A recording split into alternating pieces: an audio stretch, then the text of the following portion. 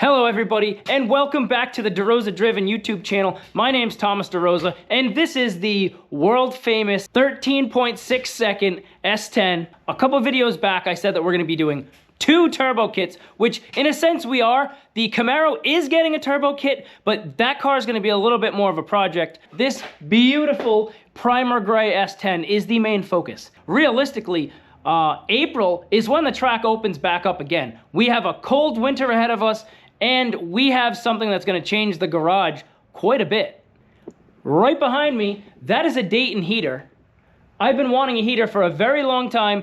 Somebody actually gave this to me. I just wanna say, Dave, thank you so much for giving me this heater. He had it in his personal garage. He ended up moving, didn't have it hooked up, and he's like, you know what? It seems like you could use it. Do you want it? Absolutely. So thank you again, Dave, and everybody in the channel thanks you too. I'm not gonna be sitting here complaining about the cold all winter.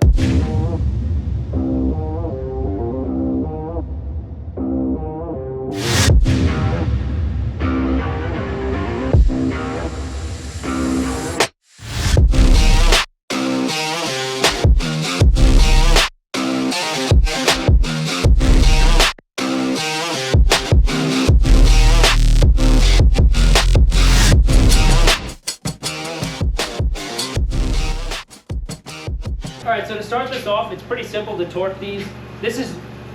These are what I considered eBay RP, so they're not actually ARP, but I'm going off the ARP specs, so it's basically the same type of thing. It's still a chrome moly stud. I want to say ARP says they're 190 or 200,000 PSI. The first set of bolts right here, not talking about these guys up here, it's 25 foot-pounds, 55 foot-pounds, then a final of 70. It's not like the head bolts. You're not actually turning them to a specific degree. The first sequence is 25 foot-pounds, obviously start from the inside out, 50 foot-pounds, then followed by 70 foot-pounds, and at the end, you torque these top guys right here to 28 foot-pounds.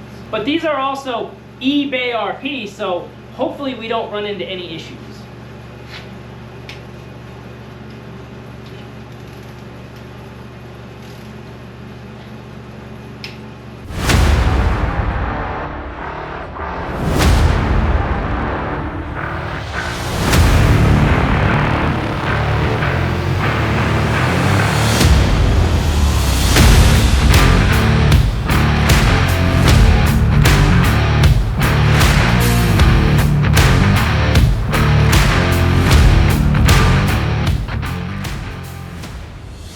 So on our final torque sequence right now for these bolts right here, 70 foot-pounds. I'm actually impressed so far. These studs, they're holding a torque, so I'm not gonna lie to you guys, I was kind of nervous. Like I said, these are eBay RP. The eBay, not the eBay, the ARP studs were probably, I think they were like 300 bucks. These studs right here cost me 50. And it's not that I'm cheap. I hope that, uh-oh. All right, that scared me. It must have been the washer moving. That really scared me. It's not that I'm cheap, which I kind of am, but with some of this eBay stuff, I kind of just like, I don't know, I like giving it a shot. Like, let's see how good it is. Like, is it gonna work? Like the turbo and everything, who knows? I hope it works, but I kind of like testing the cheaper stuff too. I love quality parts, don't get me wrong, but I want to see what happens. Hopefully I can get rid of that sensor, because this thing is stuck. I started disconnecting fuel injectors and all that type of stuff. We got a lot of this Holly already basically disconnected, throttle cable, the whole 9. We're gonna finish disconnecting everything, and we are gonna plop this thing right out of here and make some room for that 6-liter.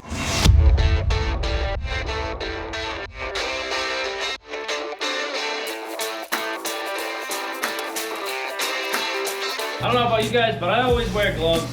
I haven't worn gloves for many years, and my hands crack most of the time, and it gets ugly. I work outside, so I try to protect my hands the most that I can, because I don't know if it's just my family, but the way our hands work, As soon as winter comes around and you're working outside, they crack, they split, they bleed, they hurt, it's bad. So that's why I try to wear the gloves as much as I can. Anyways, regardless, not important. So what we got going on, we are taking out this 4.8 and we're gonna replace it with that 6 liter right behind you. We're gonna dive right in and we're gonna tackle the part that I hate the most, the coolant. I'll do anything. I'll do engine jobs on the ground, like whatever. This doesn't bother me, you know what I mean? I'll do whatever I have to, but I hate coolant and I hate brake fluid. There we go. So I figured this was probably the smarter route to go. So I've never actually heard that 6 liter over there run. I looked inside, everything was clean. Like I said, you know, like you guys saw in the other videos, we tore it apart, we gapped the ring. Everything looked great inside, oil pump, everything was clean. And it's probably best if we just give that thing a shot. Let's get it running, see how good it sounds, or bad, you know what I mean? And then we'll go from there. We'll dive in, start building our turbo kit.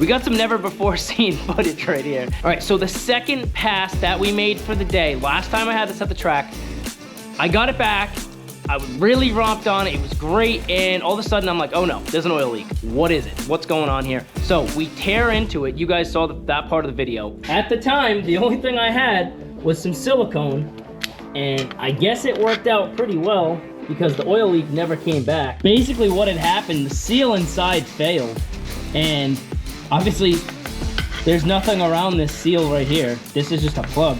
There's an actual seal inside for this valley cover. Oil was shooting out the back because the seal had failed inside. All that crankcase pressure was shooting up on the intake and right out the back of the motor.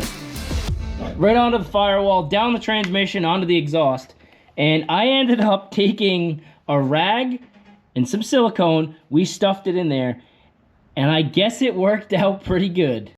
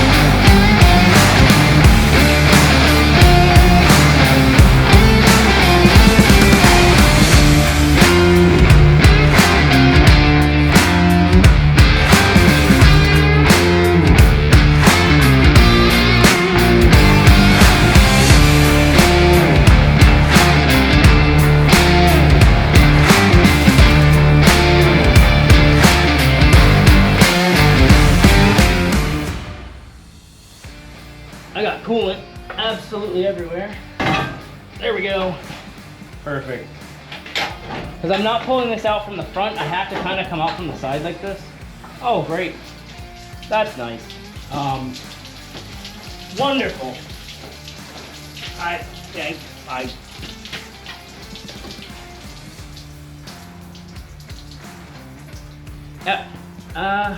Okay. At one point, you know, at a certain point, guys, you just kind of embrace it. The floor was a little hot anyways, so we're gonna go with our nice absorbent right on the floor right now. Mistakes were made. So, yeah, let's get this out. All right, you know what, Coolant? If you're gonna come out, just let it happen. Let it rip, please, because, like, I'm done. I'm done with this. Just let her rip. I thought I had the right plug, but obviously not.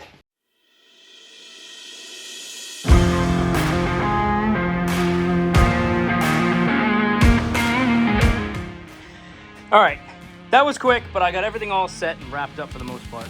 It was definitely a challenge. The way I have this radiator kind of sucks. So I think when we do the turbo setup, we might have to change this up a bit because it's always close with the motor coming in and out. Basically, I ordered this for an S10 and it fits an S10 and a Corvette, I guess, but I don't know. It wasn't really right, but I had already gotten it and I couldn't send it back. Anyways, not really relevant. Everything's wired up except my electric fan over there. I just have to check which one's positive, which one's negative. But we should be ready to fire. So let's hop in, let's see what happens, and we'll go from there.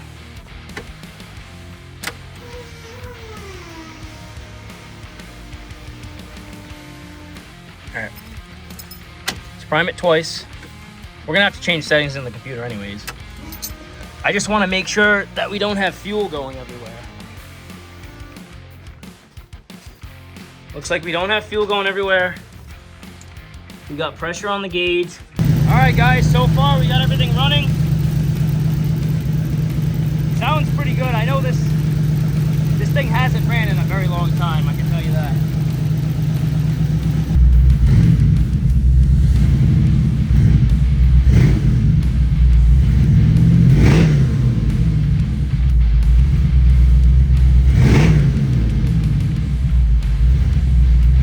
I doubt the oil pressure's that high. Kind of weird. Okay guys, well I've been working my ass off and I finally got this thing to run, and that's gonna wrap this video up. It is gonna rain out. We cannot go outside and rip this thing like I had planned. Let me know what you guys think. The garage is obviously a mess. There's stuff everywhere.